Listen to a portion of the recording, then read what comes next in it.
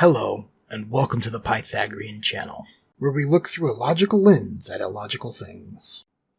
Hello everyone, and welcome to this brand new channel.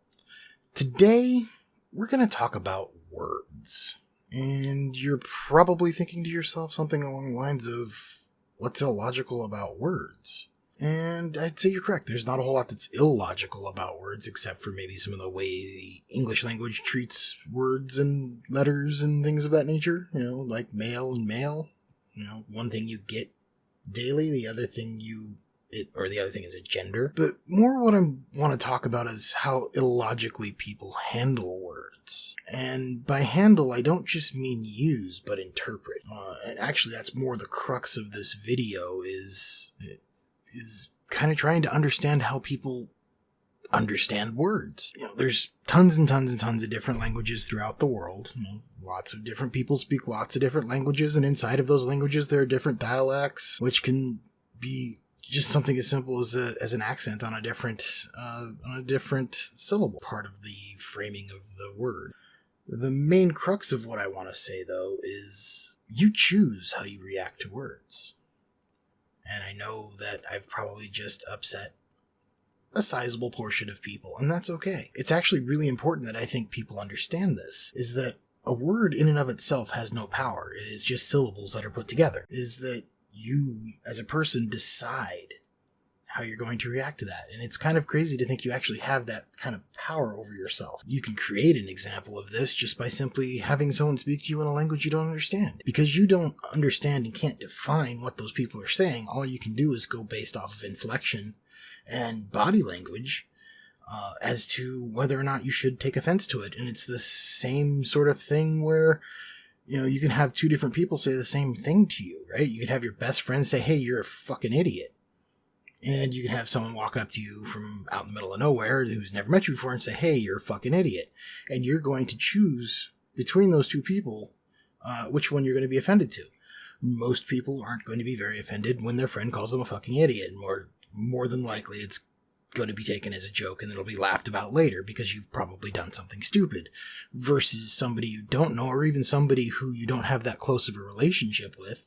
If they come up to you and say you're a fucking idiot, you're probably going to take a bit more offense to that. I just think that it's really important to understand. And as I said earlier, it's really different when you don't understand what someone's saying to you. Another actually really good example of this is you find a lot of Americans, a lot of English speakers, native English speakers, when they're overhearing conversations in different languages, you tend to find that a lot of the Asian languages, people tend to think that those languages, and when they're being spoken, there's a lot of anger in them. The point that I'm trying to get across here is that, you know, you take something you're not understanding, and all you can really work with is the inflection of the person's voice, and you're assuming that they're having an angry conversation, when in reality, they're just talking to their wife or their child, and it's not something that, you know, or their friend or whatever, but they're not actually angry. And to prove one of my earlier points, I can say something in a foreign language. No go chupso. If you don't speak Korean, you don't know what I just said. You don't know whether to be offended by it. You don't know whether to not be offended by it. You know, you look at it and you say, well, he said some words I don't understand. There are some people who will take offense to just simply that piece of it, where I don't understand what you're saying, so I'm offended. There are people out there who do that. Before we go any further, I'll go ahead and tell you, yes, you probably should be offended if I said that to you, because I basically told you to suck my dick. So now you know to take offense to that. But you didn't before I told you that. Unless, of course, you were a native speaker of the language, or you knew the language, or whatever, right? The point being that until I told you that it was something you should take offense to, it's not something that your brain says you need to take offense to. And that's kind of the whole point. And I tie this together with a lot of the SJW BS out there. A lot of platforms now are just kind of pissing on freedom of speech. I mean, look at Twitter, look at freaking YouTube. You know, I mean, their terms of service have gotten to the point to where it's almost hard to make these sorts of videos. We talked a little bit about words and a little bit of understanding that you know, you process these things in your head before you decide to get offended. A lot of people are going to say, oh, I don't agree with that. But think about it. I've actually gotten into arguments with people about this before. Quite simply stated that you choose to be offended. A baby doesn't know to be offended by anything, right? And the only thing babies know to be offended by, and the only cues that babies have, are voice inflection, body language, and whether or not they're in physical discomfort. That baby has to grow up and decide, either based on inputs from its parents or its surroundings, that this is something to be offended by, or this is not something to be offended by. As you grow older, these things that tend to offend you start to become solidified. Until that baby learns the definition of words, it doesn't know to be offended by those words. This one's one of the more baffling words that actually does prove some of the stuff that I've stated earlier. You can have black people. You can have two black people who barely know each other call each other that, and nothing really goes down. However, if me as a white dude goes up to a black dude and says that, chances are it's probably going to end in violence. That really says a lot about how much power that people give that word, right? I mean, there are very few words in the English language that I think a lot of people are willing to just go and start beating the hell out of somebody for, right? It's just such a massive trigger for them, and I really can't find any others. At least I can't find very many others, right? I'm sure there's other racial slurs that other people take as, oh my god, I can't believe you said that, I'm gonna kill you now. There's none quite as prolific as that particular word.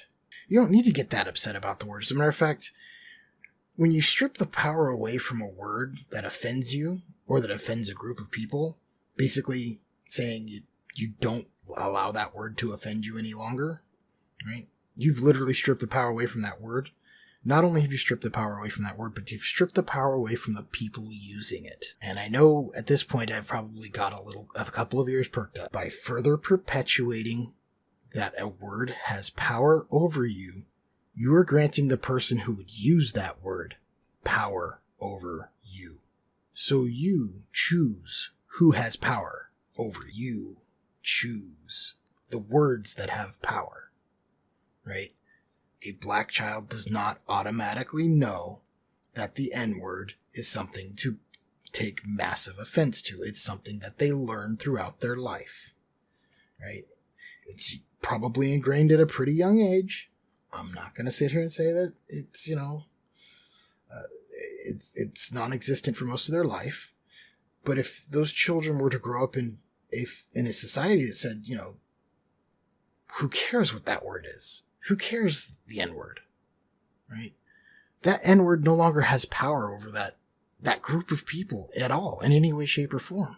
And to me, that's amazing. And it's something that I don't feel is said nearly often enough.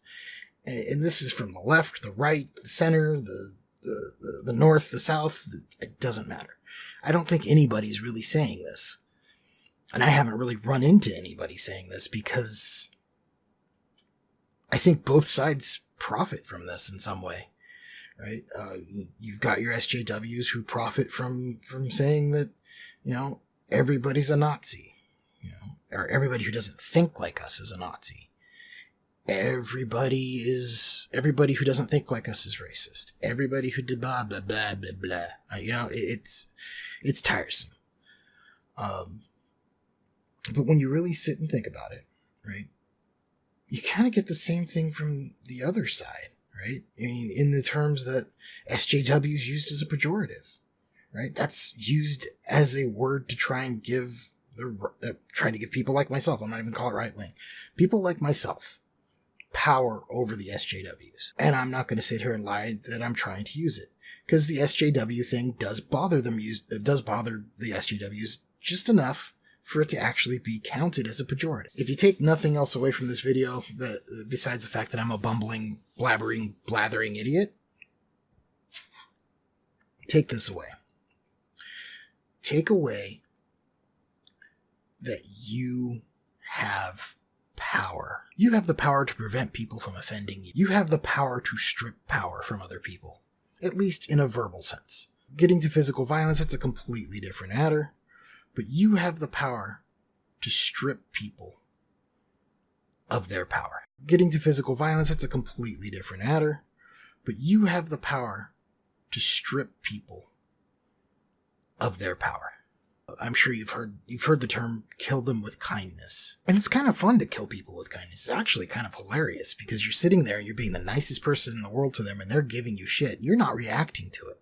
And they just continue to escalate and escalate and escalate and escalate to the point to where they are so pissed off by the time you're done with them and there's nothing they can say to you. There's nothing they can do to you because you've been nothing but nice. Your boss isn't going to come and scream at you if you're doing this at work. Nobody's going to come do a damn thing because you didn't react. You didn't react. Again, you stripped the power away from that person. And in doing so, you further pissed that person off. I've rambled on long enough here, guys. I'd like to thank you guys for taking the time to watch the video. And, hey, maybe you'll catch the next one. If not, whatever. Have a good one.